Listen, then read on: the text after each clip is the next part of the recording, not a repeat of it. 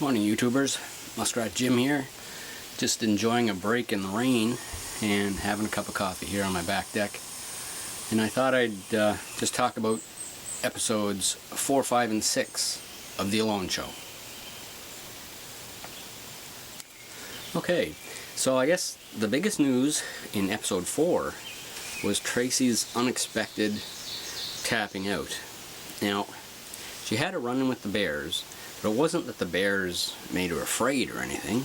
It's just that her reaction to the bears kind of brought up the big angry feelings that she has inside her that she's been trying to suppress all these years, and she really doesn't like that side of herself. So she thought that the Alone Show would, she thought that it would come out more often, and anyway, it wasn't something that she wanted to experience. So, she called it quits early. But anyway, I wish her well, and I hope that she's, able to deal with those, inner personality traits that she's trying to suppress.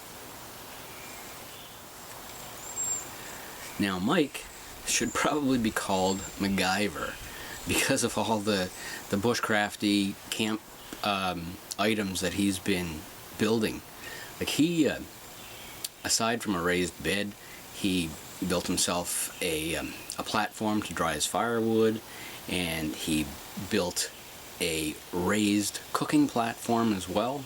So, like, it was just like basically a table covered with some dirt, and then he could build a fire right there on top of that, and so he wouldn't have to be bent over a fire or whatever cooking.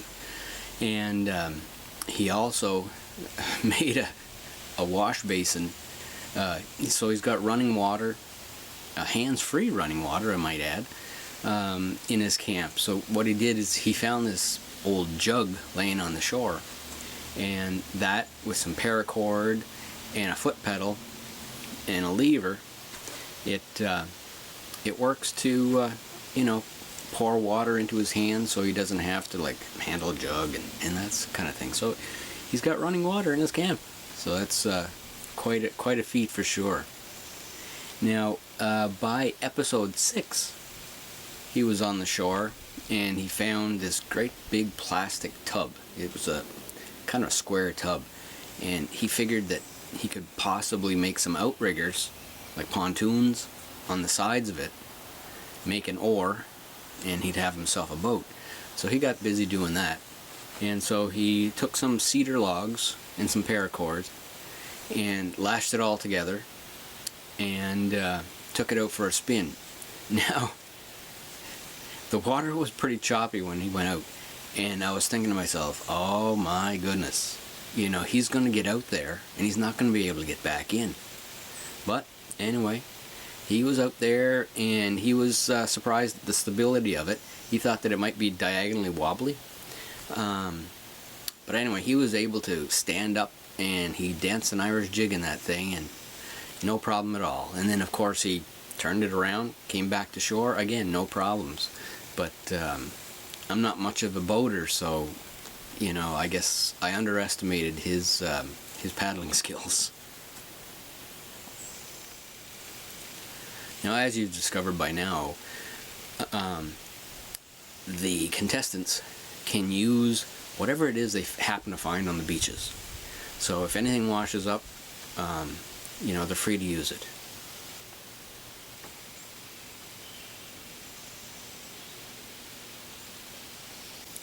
Now, Dave had some problems in episode 4 too, but it's problems that beset, most of us. He was getting a little dehydrated, and so he had to boil some water for, for tea, just to rehydrate himself. And he had his 2-quart pot sitting there on some rocks and logs there, and with a fire underneath it.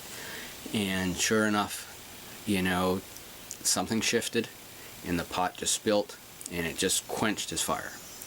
Now, as funny as that might seem, it wasn't funny to him at the time, because he was really starting to be dehydrated and stuff. And actually, that same thing happened to me in one of my really early videos from about 4 years ago.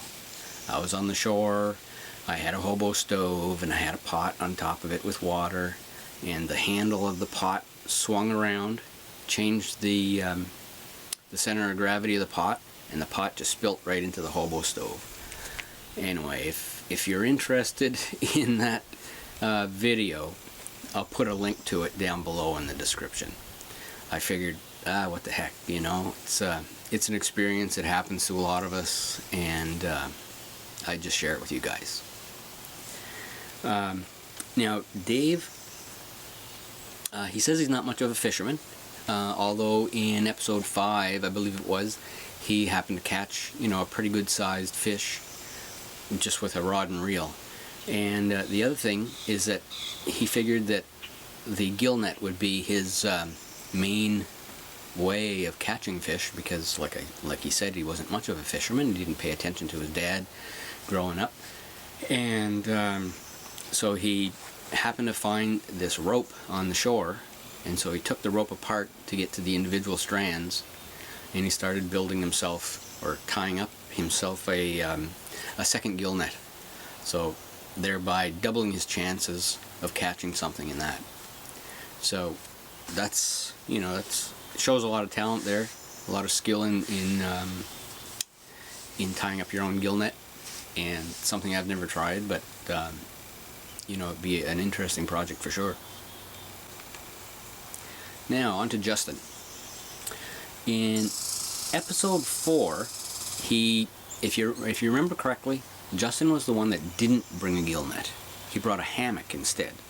And the reason why he convinced himself to bring a hammock was because he figured that everything should have a dual purpose. And so a hammock could be used as a hammock or as a gill net. Well, truth be told, out in that environment where you really need to use a gill net, he's never going to use that hammock as a hammock, ever. You know, it's going to be in the water 100% of the time, and so he would have been better served with a gill net, even though it would only have, you know, like just the one purpose.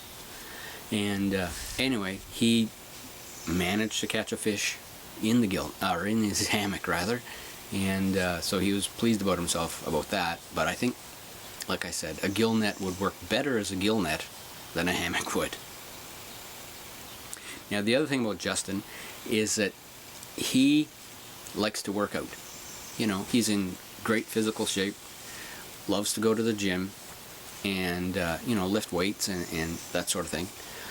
And it's important, like, he's not like a bodybuilder or whatever, but I mean, it's important for his mental well-being to be doing this stuff. And so out on the shores of Vancouver, North Vancouver Island, he started to do, you know, started to lift logs and, you know, other things just to work out.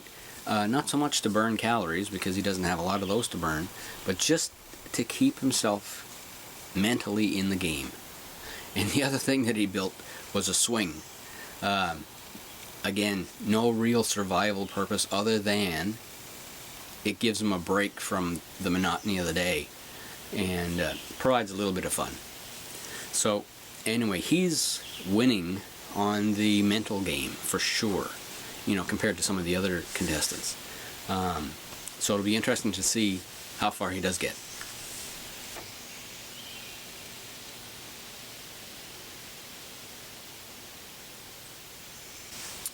Okay, on to Larry. On episode 4, Larry did catch a fish in his gill net, and he was anxious to get it out before the tide came all the way in.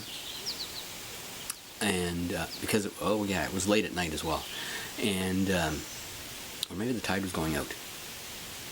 The tide must have been going out. That's right. But anyway, it was late at night, and he wanted to eat. And so he was anxious to get this fish. So he went down to his gill net.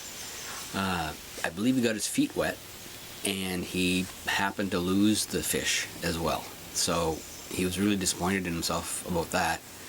And so the next morning, he went down and he noticed that he had fish on all 4 of his fishing lines that he had let out. So he was really pleased about that, and he went up to his camp and cooked it all up, and ate well. And oh yeah, right, he made a stew, well, basically a broth out of the fish carcasses and stuff, and so it would feed him well for, like 2 good solid meals. And in episode 5, he was beset by a mouse. A mouse was in his camp, and it was keeping him awake at night, and I think it was eating at his pack, trying to get probably at his survival rations. And anyway, it was just driving him crazy. Yeah, when Larry was cooking those fish, anyway, he happened to turn around and he bumped his head on the log in his shelter, and of course that ticked him right off, and so that didn't help, the mouse thing, and then that, and it was just a poor location to be dropped off for Larry. So it was time for him to find something new. So he decided that it was time to think of, a better campsite, because living on that cliff it's just too much work, climbing up and climbing down, climbing up and climbing down. He's burning all those extra calories. So he decided he'd pack up his things and head through the woods to try to get to a shore. I don't know if he knew the lay of the land or not very well, but anyway, he was lucky enough that he managed to find a nice shore, a shore that had sunny beaches, a shore where things could wash up, and there was also some chanterelle mushrooms there.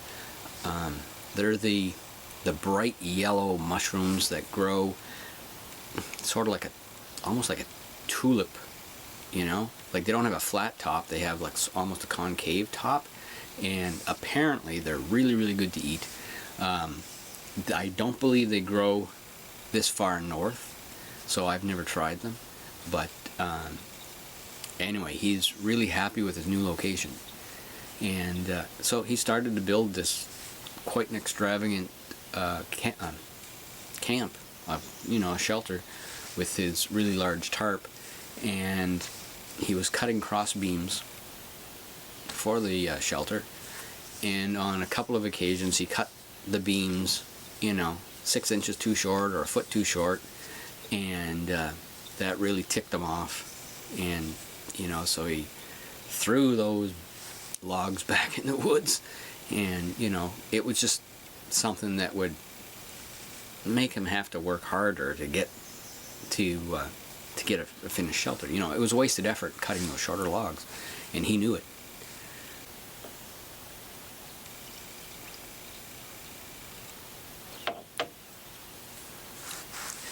Now, when you're alone for 3 weeks, you're going to be reflecting on your life, thinking about where you are, what you like to do, how much time you have left, stuff like that.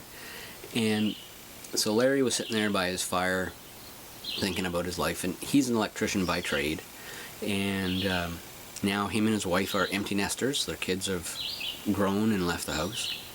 So Larry's looking at his life, and he's seeing that he's got 15 years to work yet before he retires.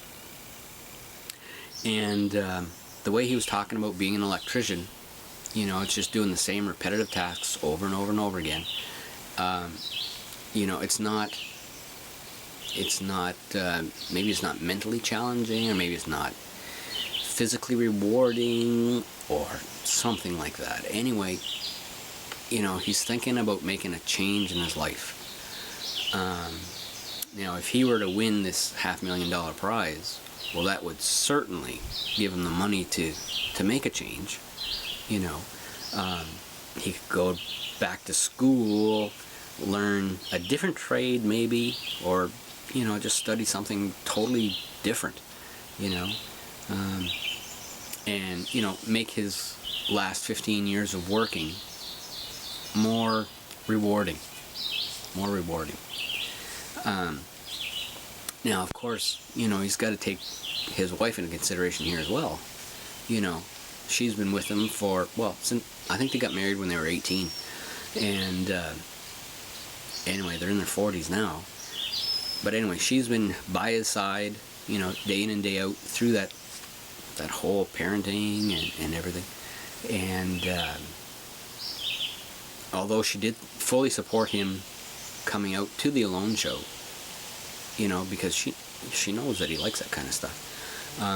I'm just hoping that, if Larry does decide to make some sort of a change in his life, that she's agreeable to that too, because that wouldn't be a good thing. So anyway, Larry, I'm hoping that everything works out for you, buddy. Okay, so now we're on to Nicole. Now, on week 4, Nicole put out her gill net and noticed that there were a mother bear and 2 cubs right across the river from where she was setting up her net. And Nicole, being the person that she is, it's a little hard to define, but the bears didn't feel threatened by her presence, or they didn't seem to feel threatened by her presence. And Nicole is fine with the wilderness and wildlife and stuff. She's done a lot of stuff in Africa. Anyway, she's not really intimidated by the bears either, so long as they keep their distance, of course, So anyway, in episode 5, she caught this great big salmon. It must have been like a 10-pounder. And maybe even bigger, I'm not sure. But anyway, she was on the shore cleaning it, because she didn't want to clean it in camp, because, the smell of the fish guts and stuff would have, attracted predators. So she cleaned it down by the shore, and she kept looking over her shoulder, making sure that the bears weren't, too interested in her. But anyway, that was great. That was some kind of a salmon, I got to tell you. Anyway, when she waded out there to get the salmon, she got her boots wet and stuff. But anyway, everything's wet over there, so that's got to be expected. Now, what I noticed about this episode is that most people waited until the 2nd, 3rd, or 4th week to set out their gill nets.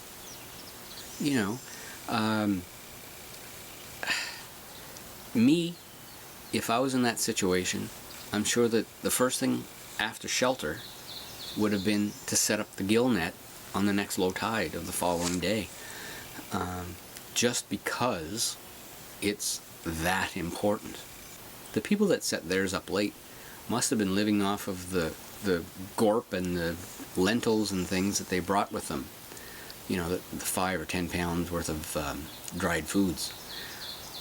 Instead of using them throughout the season, like rationing them out, they must have eaten them all during the first week or 2. I don't know why someone would do that unless they didn't think they were going to be there long at all, But anyway, everybody's got their gill nets out now, and some of them are being quite productive, according to what the producers are letting us see. That's the other thing. I was reading a post on Facebook the other day by Justin, and he was talking about the tiny little pieces that the producers are putting in there. He was saying that there's 10 contestants, and there's X number of minutes in a week. It's all being recorded, and all we get to see is like a minute or 2 out of that whole time on each of these contestants. And on some of them, the ones that don't show up on certain episodes, we don't see anything that happened to them during that week. So we're really limited in what we see. It's a shame, really, because, some of that stuff is really interesting. Of course, on the other hand, if you've ever spent time in the woods, some of it can be really boring. You just sit there and you're not talking, and you're just, whittling or whatever, or sitting there fishing for hours on end. It's boring to watch. It's not boring to do, but it's boring to watch. So anyway, we have to keep that in mind, like, just that the producers aren't showing everything that goes on. So if, like, David, for example, spilled water on his fire, well, maybe other people did too. It's just, it never got to be aired. So Nicole in episode 6, she was, they showed her at a low point. She was crying outside of her tent. She was desperately missing her family, and she talked about her son and his tragic loss. And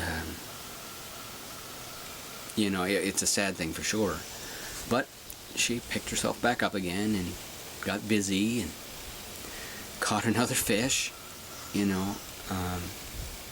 So anyway, I really wish her well. She seems to be doing well, like, mostly she's got a good mental attitude, and I think she's in it for the long haul. I really do. Okay, so on to Randy. In episode 4, we saw that his morale was really low, really low. A lot has to do with the fact that he lost his ferro rod and has to fight so much harder to keep a fire going there. Anyway, he, in order to help his morale, he figured he would, work on his camp a little more. So he cut a bunch of logs and built up 3 walls of his cabin. Well, it's more of a cabin now, really. A cabin with a tarp, a 3-sided cabin with a tarp on the roof. And anyway, so he spent a lot of energy doing that, and he's not eating a heck of a lot. Like, he had a mouse, but I mean, a mouse, it only has, a very small amount of calories in it. And, he would need a dozen mice, every day to maintain his health. But anyway, he was able to catch a fish. Again, he's like David. He said he's not much of a fisherman, but he was able to catch a fish, and so he ate that. And he's really being bothered by his isolation. I mean, really.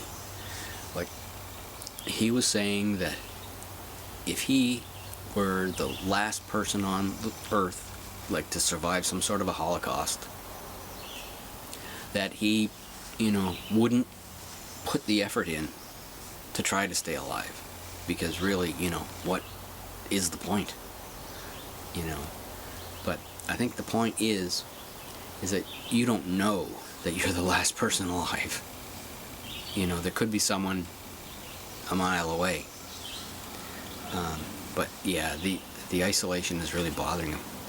It sort of reminds me of that movie that Tom Hanks was in there, Castaway, I think it was called, where he was so bothered by the isolation that he started talking to this basketball.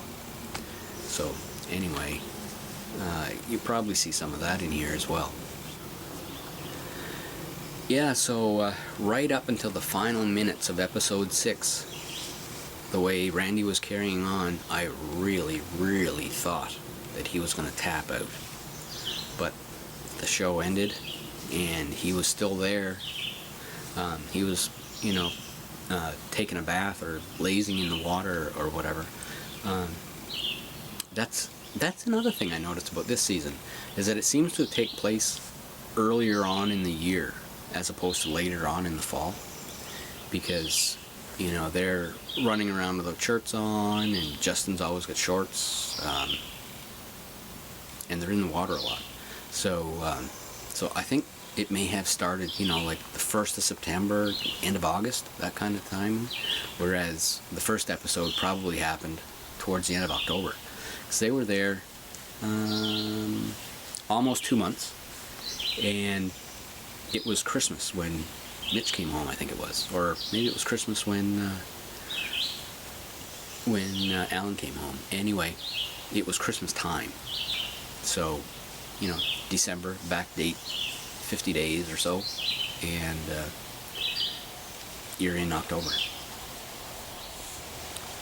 Okay, so we finally see Jose in episode 5, and in it, he caught a large salmon in his gill net as well, but I think it was only like half the size of Nicole's of the same episode. And but it is a big fish. You're not going to eat it all in one sitting, and it'll keep you going.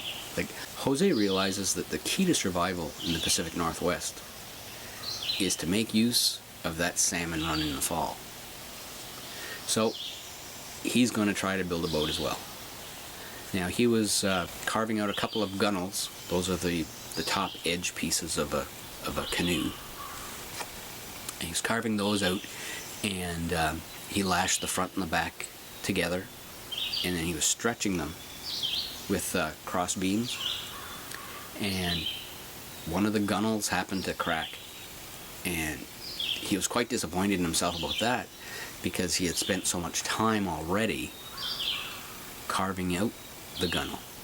So this was going to put him back probably another day in the production of his boat. And so he's hoping that he doesn't miss that fall salmon run.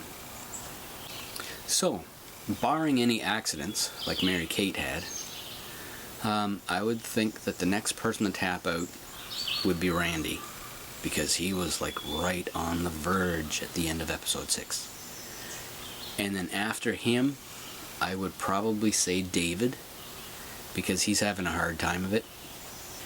And I was also worried about Larry. I was really worried about him. He was having like such a rough time. Everything seemed to be setting him off, But now that he's found this new beach, and he's got a new shelter, I'm hoping that his fortunes will have changed. So anyway, this Alone show is my favorite television show, and I look forward to watching it every week. It wasn't on last Thursday. They showed episode 1 with Alan Kay's comments down the corner, so I was kind of disappointed about that. I think it had something to do with the Memorial Day weekend or something in the States. But anyway, hopefully this Thursday they'll air episode 7 and I'll be able to catch it. So until next time, you have yourself a good one. This is Muskrat Jim, signing out.